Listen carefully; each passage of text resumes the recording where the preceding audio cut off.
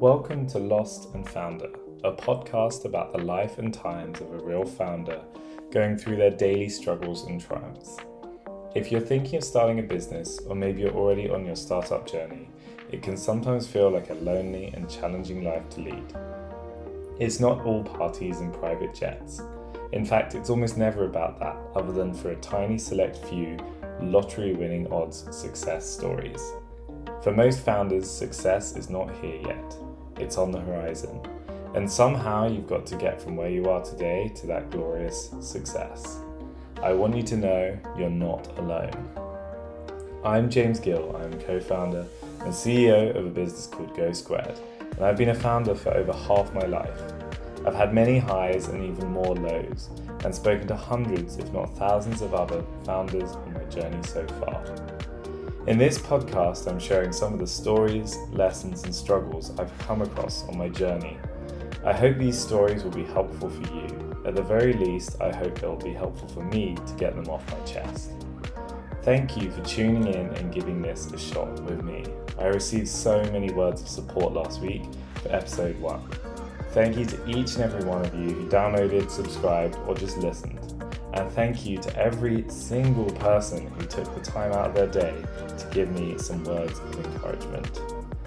I'm excited to say we're at episode 2, so let's dive in.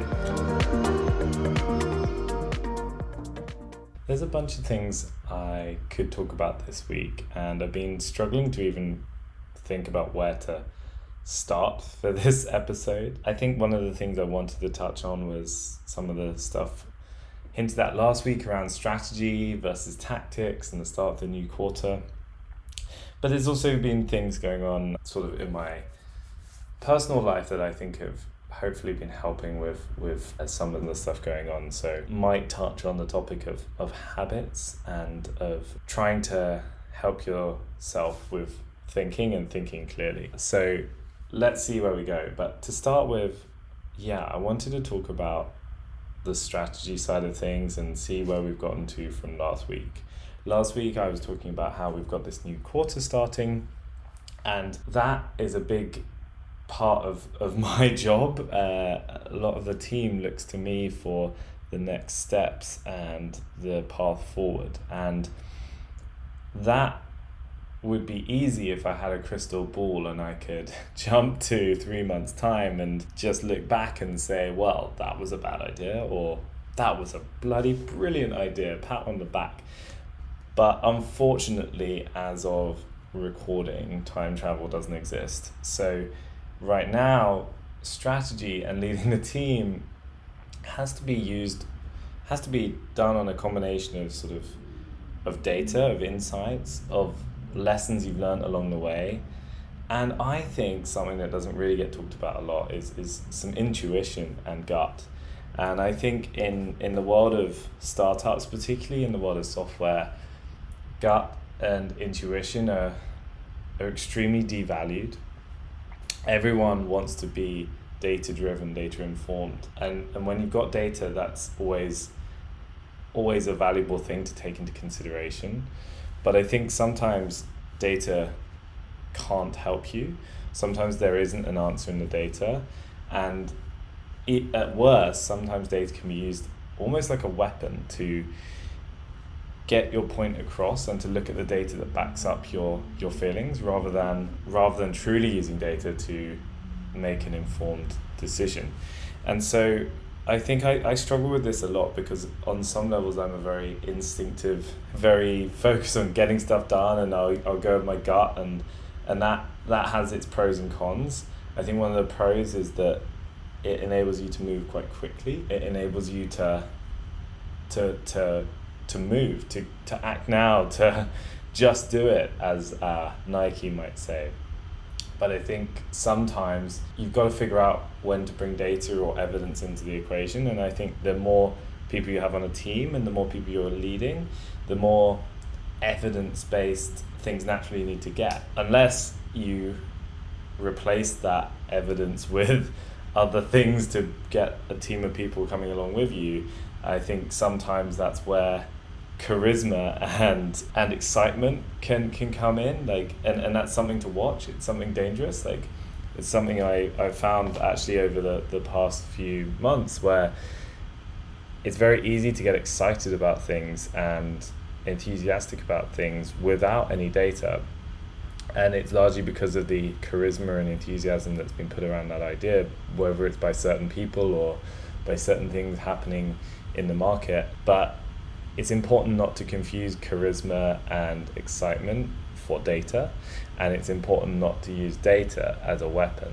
And so combining all of this, I think when trying to guide a path forward, there's rarely data that will give you an answer.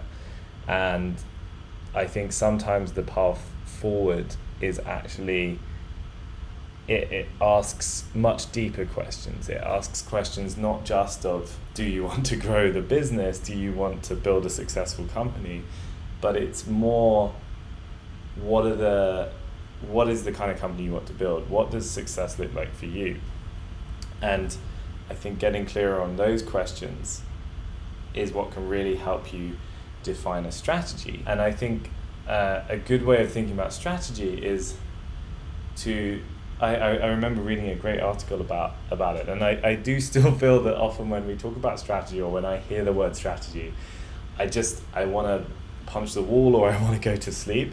It's often used as such a buzzword, but I think one of the best things I read was around, I think the article was just called "Strategy Means Saying No."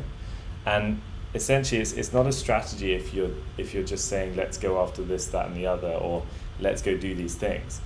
A big part of strategy is about deciding what you're not going to do, and deciding what you're going to stand against.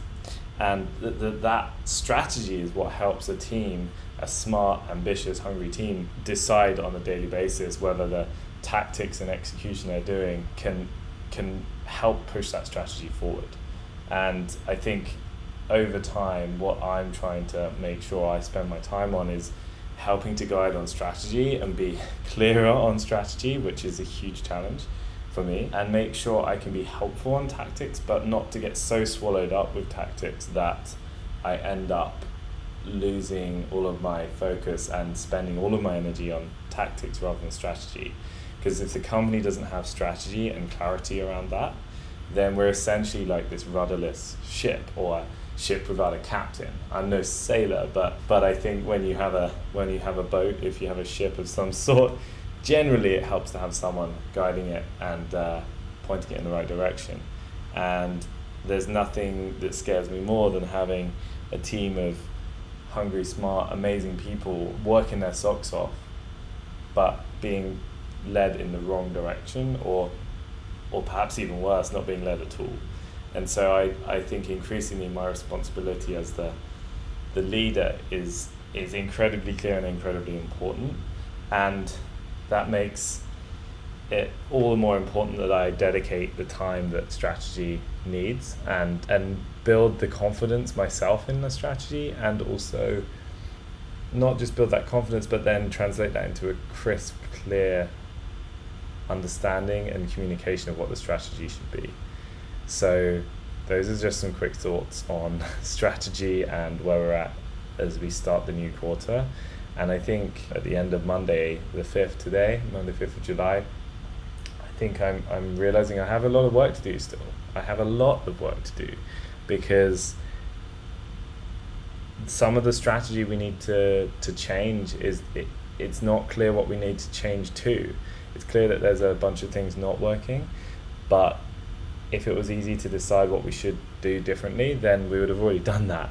And so right now on my mind is some big questions to solve, and I'm going to be spending a lot of my time over the coming days trying to get some answers for myself and for the team. The team have a lot of questions for me, and I want to give them answers. I want to give them clarity. I need to give them clarity. But I don't have the answers in my head yet, and I can't fake that. I can't pretend I have answers. So the best I can do right now is say, I don't know, but I'm going to get back to you.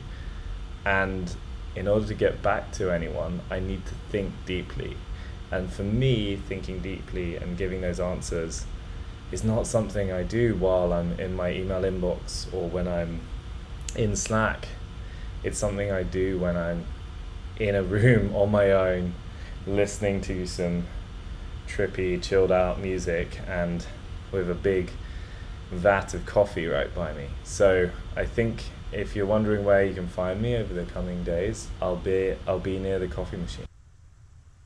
The other topic I wanted to talk about and touch on this week was really more around habits and habit forming and just getting out there and doing stuff. And this side kind of feels related, but also on the flip side of the stuff I was talking about around strategy. One of the things I've really been trying to work on, both in my personal life and work, is trying to build healthy habits into my daily routine.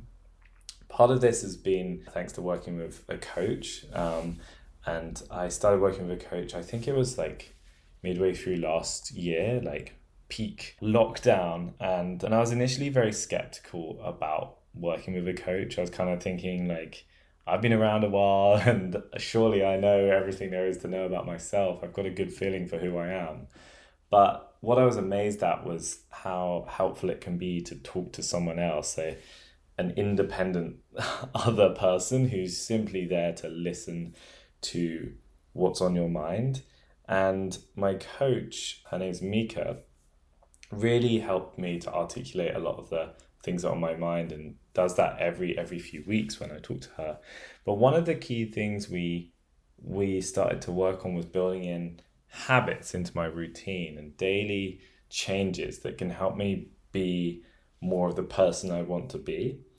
And I guess there's two sides to this of like, one, it's great to have more healthy habits and more better habits, but also taking the time to get clear on what those things I want to get better at are.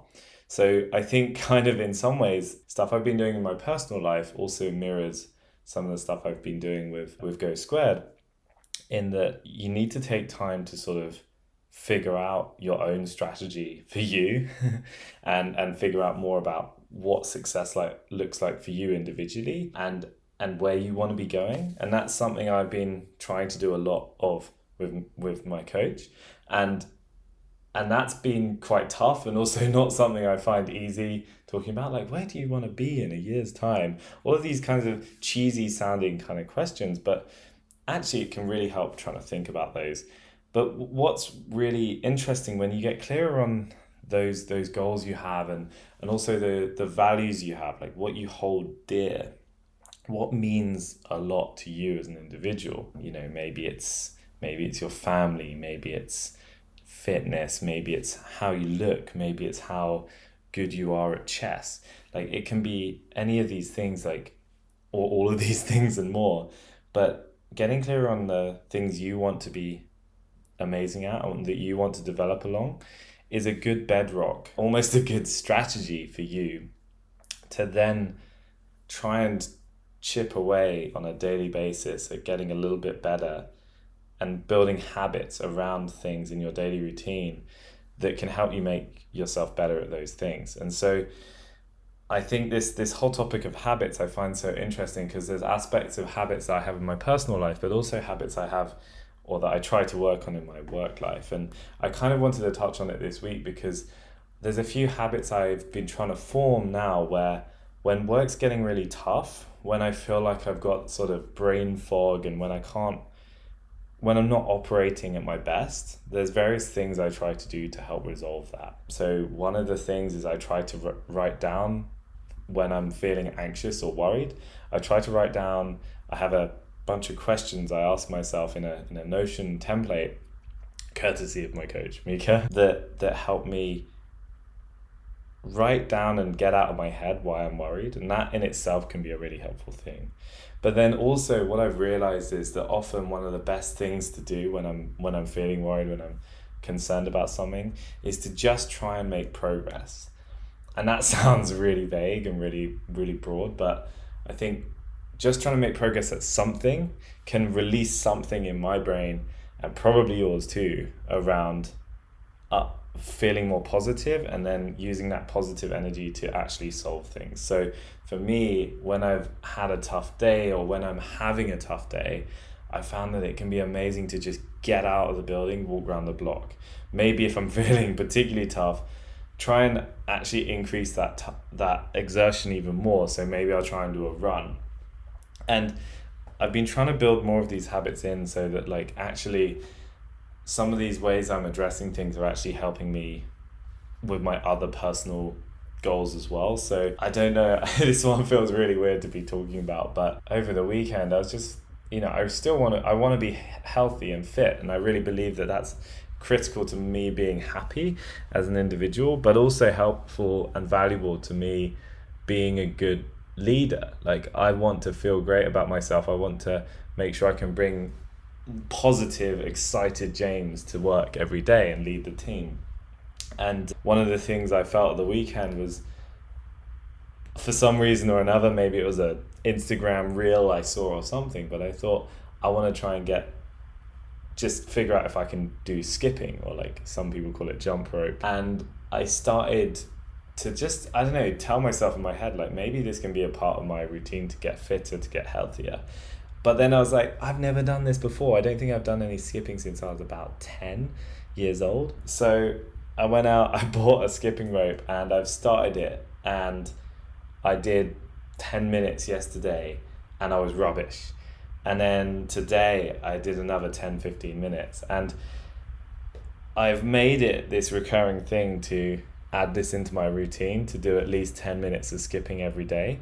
And I'm hoping, and I truly believe this, that if I can keep that up for a week, I'm going to be a hell of a lot better than I was on Sunday of this week.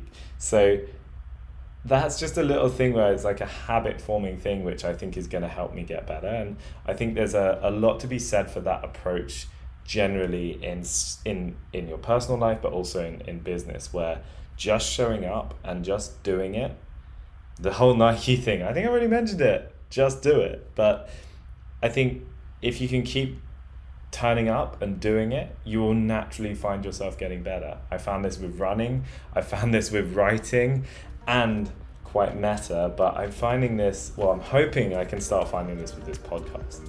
I'm still really trying to find my feet with this podcast, and I very nearly didn't record today because I didn't really think I had a lot to talk about. But I've decided to just put some time aside and try and share my thoughts on things. And I'm hoping that if I can keep doing this at least once a week and just sharing with you what's on my mind as a founder, that I'm going to get better at this. I'm going to make a better podcast for you, my dear listener. And I'm also going to get better at surfacing my own thoughts, which is hopefully going to help me think clearer. So there we have it. There's just a few more thoughts today. Hopefully some of that's interesting or valuable to you. If you have got any thoughts, if you want me to cover anything more, please hit me up on Twitter or leave a comment on one of those podcasting platforms. And if you do think there's anyone else who might enjoy the podcast, it would mean the world if you can share this with those people. And hopefully more people can listen to this. More people can tell me whether they like it or not. More people can give me ideas for future episodes. And yeah, hopefully you'll give me permission to keep doing more of these, and I hope I can keep being helpful. Thanks again for listening. It is a pleasure to be in your ears and in your podcast player, and I hope to see you again soon next week. Thanks again. Cheers.